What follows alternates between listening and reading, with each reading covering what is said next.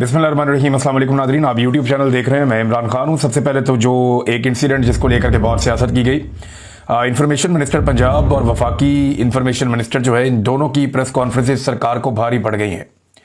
हुआ यह है कि उन्होंने जो सानिया हुआ सवात में, वहाँ पे जो लोग मौजूद थे सयाह, उनके साथ जो कुछ हुआ, इंतज़ामिया की बहुत बड़ी गफलत थी। वहाँ की सूबाई हुकूमत को इसके लिए बंदोबस्त करना चाहिए था, मैकेनिज्म बनाना चाहिए था। देर आए दुरुस्त आए, अब कुछ चीज़ें ठीक की जा रही हैं। रेस्क्यू के बंदोबस्त भी बेहतर किए जा रहे हैं, क्योंकि रेस्क्यू वालों के पास इंतजाम थे ही नहीं, चीज़ें थी ही नहीं जिनके ज़रिए से वो इन शहरियों की जानें बचा सकते। अरबों रुपए के बजट हैं, कहाँ जाते हैं इसकी इंक्वायरी भी होनी चाहिए। लेकिन जो तजावज़ात हैं वो अब हटाई जा रही है, पानी का रास्ता साफ़ किया जा रहा है, जिसकी वजह से प्रेशर बन जाता है और फिर बहाव इतना तेज़ हो जाता है पानी का कि वो अनकंट्रोलेबल होता है। देखिए, सैलाब पूरी दुनिया में आते हैं, लेकिन लोगों का सिस्टम बहुत अच्छा काम करता है। वो बर वक्त वार्निंग जारी करते हैं। वार्निंग देने के मल्टीपल तरीके होते हैं।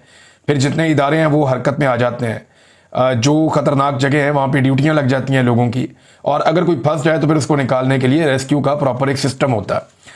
पाकिस्तान में ये नहीं है, कहीं भी नहीं है। लेकिन इसके ऊपर जब सियासत की पंजाब ने और वफाक ने, ये दो सूबों की जानिब से जो उनकी हुकूमतें हैं, इन्होंने अपने अपने इंफॉर्मेशन मिनिस्टर को कहा कि जी ये मौका गनीमत जानो और अटैक कर दो पाकिस्तान तहरीक इंसाफ की हुकूमत पे।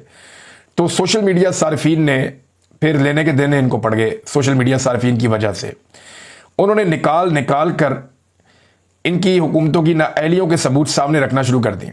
कभी वो अस्पतालों की हालत दिखा रहे हैं, कभी बच्चे वहाँ पे जाबहक हो रहे हैं वो दिखा रहे हैं, कभी वो दिखा रहे हैं कि अस्पतालों के अंदर पानी भरा हुआ है, कभी दिखा रहे हैं गलियों और सड़कों पे पानी भरा हुआ है, कभी गली मोहल्लों के अंदर जो कचरे के ढेर हैं वो दिखाए जा रहे हैं, सड़कों और रस्तों की सूरत हाल सामने रख रहे हैं। तो एक एक ऐसी चीज़ जो पंजाब हुकूमत ने बहुत बुरी की है, इनकी नालायकी, इनका नकम्मापन, वो सारा कुछ निकाल कर सामने रखा जा रहा है, और वफाक के साथ भी यही किया जा रहा है। तो जब आप एक चीज़ को अपनी सियासत के लिए इस्तेमाल करते हैं, एक अफसोसनाक वाक़े को, तो उसके बाद वापस वही चीज़ आपके ऊपर आती है। और अगर नालायकी का और नकम्मेपन का कोई एक मुकाबला करवाया जाए तो मुझे नहीं लगता कि शरीफ ख़ानदान का कोई मुकाबला कर सकता है। इन्होंने लगभग 30-40 साल इक़्तिदार के मज़े लिए हैं, लेकिन एक भी अस्पताल ऐसा नहीं बनवा पाए जहाँ पे ये अपना इलाज करवा सकें। एक भी स्कूल ऐसा नहीं बनवा पाए जहाँ पे ये अपने बच्चों को पढ़ा सकें। एक भी सिस्टम ऐसा डेवलप नहीं कर सके जो इनके रहने के काबिल हो। ये फिर भागते हैं पाकिस्तान से बाहर और उन मुल्कों में जाकर रहते हैं जहाँ पे इनकी औलाद खुश रहती है। इनकी ईदें, शबरातें, इनके त्यौहार वो बैरून मुल्क की होते हैं। बहरहाल मीडिया या आज़ाद शहरी जो है वो इस पर तनकीद कर सकते थे जो खैबर पख्तूनख्वा में हुआ और जो दरिया स्वात के अंदर इंसिडेंट पेश आया, बड़ा अफसोसनाक। मीडिया को भी तनकीद का हक है, जो आम शहरी हैं पाकिस्तान के उनको भी तनकीद का हक है। लेकिन कम से कम जो दूसरे हुक्मरान हैं जिन्होंने नाअहलियों और नालायकियों के वर्ल्ड रिकॉर्ड बनाए हैं, बदउनवानियों के वर्ल्ड रिकॉर्ड बनाए हैं, वो किसी सूरत भी तनकीद नहीं कर सकते। ये चेहरे इस काबिल नहीं है कि ये दूसरे के ऊपर तनकीद करें कि तुमने अच्छा काम क्यों नहीं किया। हालात इनके ये हैं नाजरीन के इस वक्त तनख्वाहों में भरपूर इजाफे से पेट नहीं भरा।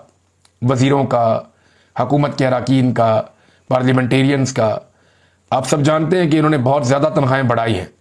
कई 100% तनख्वाहें बढ़ा दी गई, कई गुना बढ़ा दी गई। जब सरकारी मुलाजिम की तनख्वाह बढ़ाने की बात आती है तो कहते हैं 5%, 10%, और जब ये अपनी तनख्वाह बढ़ाते हैं तो कई 100% बढ़ा देते हैं। तो तनख्वाहों से जब इनका पेट नहीं भरा तो अब इन्होंने किया यह है कि वज़रा के दफ्तरों की तज़ीन व आराइश का काम शुरू करवा दिया कि जितने वज़ीर हैं ना उनके दफातर को सजाया जाए, बेहतरीन फर्नीचर, बेहतरीन खूबसूरत चीज़ें, कारपेट्स, ज़बरदस्त काम किया जाए, नई नई चीज़ें लाकर वहाँ पे रखी जाए।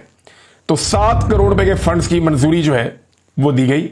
मोहसिन नकवी साहब का जो दफ्तर है सिर्फ वहाँ, उसके लिए 5 मिलियन की तज़ीन व आराइश के ऊपर जो है वो रकम खर्च की जाएगी। ये है नाजरीन इनके अल्ले तल्ले और इनकी तरजीहात। यहाँ ये बड़े खुश होते हैं, ज़बरदस्त काम करते हैं। आप वज़ीर आला हाउस में चले जाएँ, चाहे पंजाब में चले जाएँ, खैबर पख्तूनख्वा में चले जाएँ, इवन सिंध में चले जाएँ तो आप हैरान ही हो जाएंगे। गवर्नर हाउसेज में आप चले जाएँ, बलूचिस्तान में भी बेशक चले जाएँ। मैं सूबों की बात कर रहा हूँ, वफाक की भी बात नहीं कर रहा। तो आप परेशान हो जाएंगे कि जिस तरह का सामान वहाँ पड़ा हुआ है या जिस तरह की लग्जरी लाइफ वो लोग गुजार रहे हैं। लेकिन जब आप किसी सरकारी दफ्तर में जाते हैं जहाँ पे अवाम ने आना होता है, हत्ता कि आप अदालत में आते हैं जहाँ पे अवाम ने आना होता है, तो आप हैरान रह जाते हैं कि क्या ये वही मुल्क है, क्या ये उसी निज़ाम के तहत चलने वाली जगह है। तो जहाँ गरीब आदमी ने आना है, आम आदमी ने आना है, उसका बेड़ा गर्क किया हुआ है, और जहाँ इन्होंने खुद रहना है उसको आलीशान बनाया हुआ है। बार बार डीसी के घरों के और दफातर की तज़ीन व आराइश की जाती है, उनकी दीवारें तामीर की जाती हैं, उनके ऊपर नए नए डिज़ाइन बनाए जाते हैं। और ये सिलसिला पाकिस्तान में बड़े लंबे अरसे से चल रहा है। तो अशराफिया का पाकिस्तान कुछ और है, आम आदमी का पाकिस्तान कुछ और है। जब इमरान खान साहब को इक़्तिदार से निकाला गया था, उस वक्त जो डाटा अवेलेबल था उसके मुताबिक 16 अरब डॉलर के ज़खायर इमरान खान साहब छोड़ कर गए थे कौमी खजाने में। 16 अरब डॉलर कहा जाता है कि वो छोड़ गए थे। अब एक बार फिर जो है वो ज़खायर बार बार कम हो जाते हैं। इस हुकूमत को पैसे जमा करने आते ही नहीं, ना इन पे कोई भरोसा करता है, बाहर से इन्वेस्टमेंट नहीं आ रही, पाकिस्तान में सरमायाकारी बिल्कुल कम हो चुकी है। पाकिस्तान के अंदर से भी लोग पैसा ले लेकर पाकिस्तान से बाहर जा रहे हैं। सरमायाकार जो है उन बिल्कुल दिलचस्पी इस हुकूमत के अंदर नहीं दिखा रहे, इस निज़ाम के अंदर नहीं दिखा रहे। तो ये पैसे बार बार बहुत कम हो जाते हैं, फिर ये कर्जा लेकर पूरा करते हैं, फिर कम हो जाते हैं, फिर कर्जा लेकर पूरा करते हैं, फिर कम हो जाते हैं। ये बड़ी मुश्किलों से 10 अरब डॉलर तक पहुंचते हैं और फिर रकम कम हो जाती है। अब इस वक्त जो आदादोशुमार है उनके मुताबिक 8.9 अरब डॉलर के ज़खायर, और दोबारा पाकिस्तानी हुकूमत पहुंच गई चाइना के पास कि जनाब हमें मजीद कर्जा दे दें। तो चाइना के साथ इन्होंने एक और मुआहदा कर लिया जिसमें 3.7 अरब डॉलर का कर्ज इन्हें मिलेगा। अब ये जो इस वक्त हुकूमत है ना, ये एस्टेब्लिशमेंट है पाकिस्तान की, ये इसी बात को मईशत की एक बहुत बड़ी कामयाबी समझते हैं कि इन्हें कर्जा मिल जाए। यानी मईशत की कामयाबी तो इसमें होती है ना कि आपके मुल्क में बहुत बड़ी इन्वेस्टमेंट आ जाए, बाहर से सरमायाकार बहुत सारा पैसा ले आए, यहाँ पे इंफ्रास्ट्रक्चर बनाना शुरू कर दें, एम्प्लॉयमेंट जनरेट होना शुरू हो जाए। पाकिस्तान के अंदर जो लोग हैं उनको सरमायाकारी के ऊपर एतबार आ जाए कि अगर सरमायाकारी करेंगे तो हमारा पैसा ज़ाया नहीं होगा, वो अपना पैसा पाकिस्तान के बाहर भेजने से बेहतर है कि पाकिस्तान में खर्च करना शुरू कर दें। तो एक साइकिल चलना शुरू हो जाए पाकिस्तान में पैसे का। वो साइकिल चलने से ज़्यादा टैक्स इकट्ठा होगा, वो जो टैक्स इकट्ठा हो उसको आप कौमी खजाने के अंदर जमा करें। तो उस सूरत में अगर कौमी खजाना बढ़े तो आप कह सकते हैं कि पाकिस्तान तरक्की कर रहा है, पाकिस्तान आगे बढ़ रहा है। लेकिन यहां पाकिस्तान तरक्की कैसे करता है? ये IMF से कर्जा लेते हैं और फिर उसके बाद भगड़े डाल डाल के ऐलान करते हैं जनाब पाकिस्तान तरक्की कर रहा है। IMF से कर्जा लेते हैं, फिर आर्मी चीफ ये अनाउंसमेंट करते हैं कि कौन लोग हैं वो जो डिफॉल्ट की बातें कर रहे थे अब सामने आए। भाई ख्वाजा आसिफ कर रहा था डिफॉल्ट की बातें, आपका बॉस है, उससे पूछ लें बुला के कि ख्वाजा आसिफ ने डिफॉल्ट की बातें क्यों की हैं। बल्कि बुला के क्या पूछना, आपको जाके पूछना चाहिए, वो बॉस है आपका। तो अब इमरान खान साहब जो कौमी खजाने के अंदर ज़खायर छोड़ गए थे वो तो दोबारा ये हासिल नहीं कर सके। लेकिन अब चाइना से दोबारा इन्होंने कर्जा लिया है और कर्जा लेने को ही ये पाकिस्तान में मईशत की कामयाबी आजकल करार देते हैं। माजी में जब कोई कर्जा लेता था हुक्मरान तो हमें यह बताया जाता था, इकोनॉमिस्ट भी कहते थे, सियासतदान भी कहते थे, एस्टेब्लिशमेंट भी कहती थी कि कर्जों से भी कभी मुल्क चला है। अभी वो एस्टेब्लिशमेंट दिन रात लोगों को ये समझाती है जनाब डिफॉल्ट से बच रहे हैं, कर्जे आ रहे हैं जी, हम कर्जे ले रहे हैं। और बयानिया ये बनाते हैं टाउट्स कि शायद इस हुकूमत ने पाकिस्तान को डिफॉल्ट से बचाया। नहीं जी, इमरान खान के दौरे हुकूमत में मुल्क कोई डिफॉल्ट नहीं हो रहा था, चीज़ों की कीमतें भी कंट्रोल में थी, तमाम आलमी इदारों की मुस्बत रिपोर्टिंग हो रही थी पाकिस्तान के बारे में। पाकिस्तान में इतनी ज़्यादा मईशत बेहतर चल रही थी कि इंडस्ट्री का बूम आया हुआ था। फैसलाबाद में टेक्सटाइल इंडस्ट्री के लिए वर्कर्स अवेलेबल नहीं थे, एक्सपोर्ट ऑर्डर्स जो है वो पूरे नहीं कर पा रहा था पाकिस्तान, इतने ज़्यादा पाकिस्तान को ऑर्डर्स मिल रहे थे। रेमिटेंस जो है वो रिकॉर्ड हो गए थे, रेवेन्यू कलेक्शन जो है वो रिकॉर्ड हो गई थी। पाकिस्तान के कौमी खजाने में 16 अरब डॉलर के करीब मुबैना तौर पे मौजूद था। और बहुत सारे पैरामीटर हैं जिनमें पाकिस्तान की मईशत बिल्कुल बड़े ज़बरदस्त तरीके से फ्लाई कर रही थी। पाकिस्तान ग्रो कर रहा था 6% की शरह से। और इसके अलावा पाकिस्तान की ज़राअत के शोबे के अंदर 3 साल तक किसानों को फ़ायदा हुआ था। तो ऐसा मुल्क कैसे डिफ़ॉल्ट हो सकता है? पाकिस्तान तो बहुत आगे जा रहा था। बदकिस्मती से जब इनकी हुकूमत आई तो इन्होंने पहले 1 साल के अंदर ऐसा गंद मारा पाकिस्तान में कि 1 साल के अंदर पाकिस्तान डिफॉल्ट होने के करीब पहुंच गया और सबको ऐसा लगता था कि अब ये डिफॉल्ट कर जाएगा। लेकिन इन्होंने कर्जे लेकर और अवाम के ऊपर महंगाई का बदतरीन बोझ डाल डाल के अगर पाकिस्तान को किसी ने डिफॉल्ट से बचाया ना तो पाकिस्तान की हुकूमत ने नहीं बचाया, पाकिस्तान की एस्टेब्लिशमेंट ने नहीं बचाया, पाकिस्तान के उस आम आदमी ने बचाया जिसने कुर्बानी दी है, जिसके ऊपर इतने भारी टैक्स लगाए गए, जिसके ऊपर महंगाई का इतना भारी बोझ डाला गया, जिससे तमाम किस्म के रिलीफ और सब्सिडीज छीन ली गई, जिनकी बुनियाद के ऊपर यह दावा किया गया कि जनाब मालियाती एक जो डिफॉल्ट में जाने वाले थे उससे हम बच गए हैं।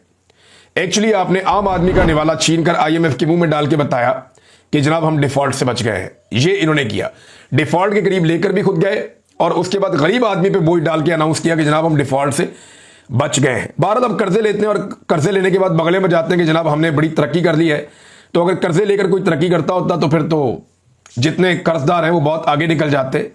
तरक्की करने वाले लोग जो हैं वो दूसरों को कर्जा देते हैं, तरक्की करने वाले लोग जो हैं उनके तरक्की के पैरामीटर्स होते हैं वो नजर आते हैं, खुशहाली नजर आती है। पाकिस्तान के अंदर खुशहाली की तरह लोग तो पाकिस्तान छोड़ छोड़ कर जा रहे हैं। और इस वक्त भी जो इनकी तवज्जो है, जब दहशतगर्दी बढ़ रही है, जब मईशत की तबाही हो रही है, जब पाकिस्तान के ऊपर से लोगों का एतमाद खत्म हो रहा है, मिडिल क्लास को पूरी तरह से मायूस करने की ये कोशिश कर रहे हैं, कभी अदलिया के फैसलों से, कभी जुल्म से, जबर से, फस्तायत से, गैर जमहूरी रवैयों से, कानून की धज्जियां उड़ाने से, आइन का हुलिया बिगाड़ने से। जहां ये पाकिस्तान की मिडिल क्लास को मायूस करने की कोशिश कर रहे हैं, वहीं पे एक नई खबर ये आ रही है और इस्लामाबाद में ये बाज़गश्त चल रही है। बहुत सारे लोग ये बात कर रहे हैं कि शायद आने वाले वक्त में एक नई आईनी तरमीम लाई जाएगी, जिससे हो सकता है कि ये पार्लियामान की मुद्दत भी लंबी कर लें। जैसे आर्मी चीफ की मुद्दत मुलाजमत लंबी कर दी ना, कि आइन के मुताबिक या कानून के मुताबिक पहले वो 3 साल थी, उसको बढ़ा के 5 साल कर दिया। उन्होंने कहा एक्सटेंशन से बड़ी बदनामी होती है, मुद्दत ही लंबी कर दो, तो उन्होंने 3 साल से बढ़ा के 5 साल कर दी।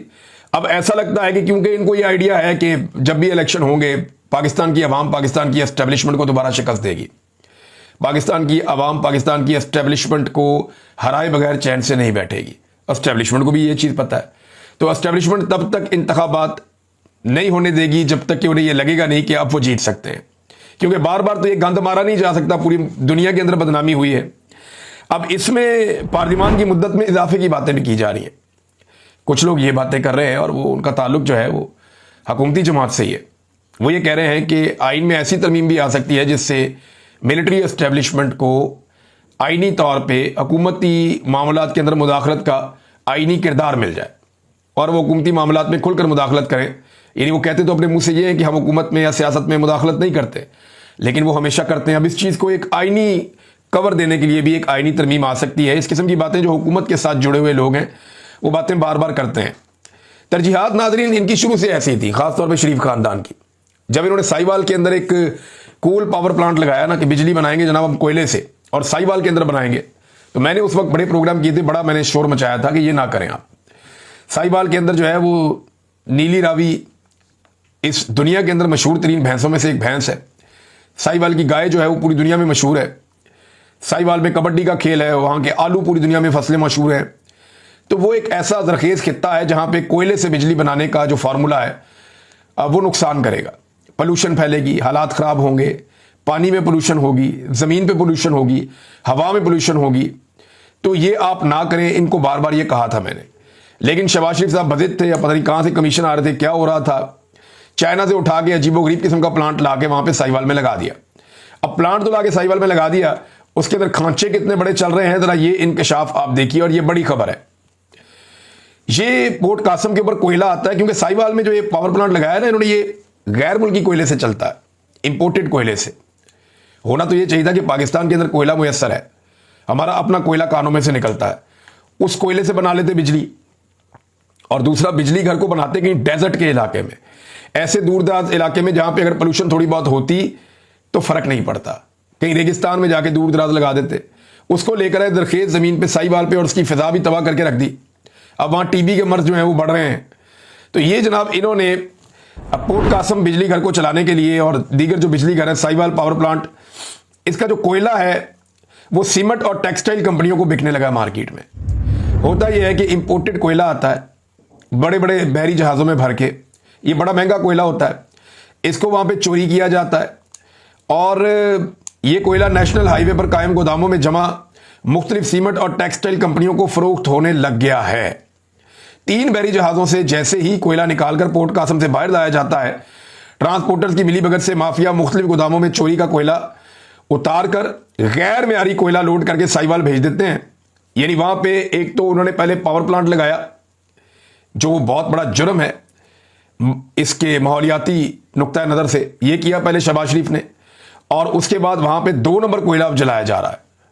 जो इंपोर्टेड कोयला है वो जा रहा है उधर मिलों में, फैक्ट्रियों में, और वो वहाँ पे उसको इस्तेमाल कर रहे हैं। और यहाँ पे जो है वो लोकल कोयला जो है 2 नंबर कोयला जिसे कहते हैं बाद औक़ात लोग, तो जिसकी क्वालिटी अच्छी नहीं है वो यहाँ पे जलाया जा रहा है ताकि लोगों को ज़्यादा नुकसान हो जाए। ये है नाज़रीन पाकिस्तान के अंदर इंसाफ और कानून, और ये हैं इनकी तरजीहात। नाज़रीन एक और ख़बर है और ये फ़लस्तीन के हवाले से बड़ी अफसोसनाक खबर है, मैं आपके साथ शेयर कर देता हूँ। फ़लस्तीन में जंगबंदी के बाद से लेकर अब तक रोज़ाना की बुनियाद पे बच्चों को शहीद किया जा रहा है और फ़लस्तीनी शहरियों को भी शहीद किया जा रहा है। इसराइल अपनी सारी जंग की फ्रस्ट्रेशन फ़लस्तीनियों पे निकाल रहा है। निहत्ते फ़लस्तीनियों का कत्लेआम किया जा रहा है और जो मुसद्दका इतलात हैं उनके मुताबिक 80 के करीब एवरेज रोज़ाना फ़लस्तीनियों को शहीद किया जाता है इसराइली फोर्सेस के हाथों। और अभी जो बड़ी अफसोसनाक खबर आई वो ये है कि 66 फ़लस्तीनी बच्चे कल के एक दिन के अंदर 66 फ़लस्तीनी बच्चे एक दिन के अंदर ये शहीद हो गए हैं ग़िज़ाई किल्लत की वजह से, भूख के हाथों। ये 1 2 3 4 नहीं है, 66 बच्चे हैं और इनके इंतकाल करने की या शहीद होने की वजह जो है वो भूख है। क्या आलमी ज़मीर जागेगा? क्या इंसानी हकूक़ की जो तंजीमें हैं वो जागेंगी? क्या मुसलमान ममालिक को या गैर मुस्लिम ममालिक को जो इंसानी हकूक़ की बात करते हैं उन सबको खड़े होकर इन बच्चों के लिए आवाज़ नहीं उठानी चाहिए? 66 बच्चे एक दिन में भूखे मर गए, उन्हें खाने के लिए कुछ मैसर नहीं था। ये फाका कुशी हो रही है वहाँ पे गाज़ा में और फ़लस्तीनी बच्चों के साथ हो रही है। इसको नस्ल कुशी आप नहीं कहेंगे तो क्या कहेंगे? इंतहाई अफसोसनाक सूरत हाल है और कोई भी इसको रोकने में अभी तक कामयाब नहीं हो रहा। अमेरिका ने यह ज़रूर कहा है कि अगले हफ्ते से जंगबंदी हो जाएगी, सब उसका इंतज़ार कर रहे हैं, देखते हैं क्या होता है। पाकिस्तान को इस पर आवाज़ ज़रूर उठानी चाहिए। अब तक के लिए इतनी, अपना ख्याल रखिएगा, अपने इस चैनल का भी। अल्लाह हाफ़िज़।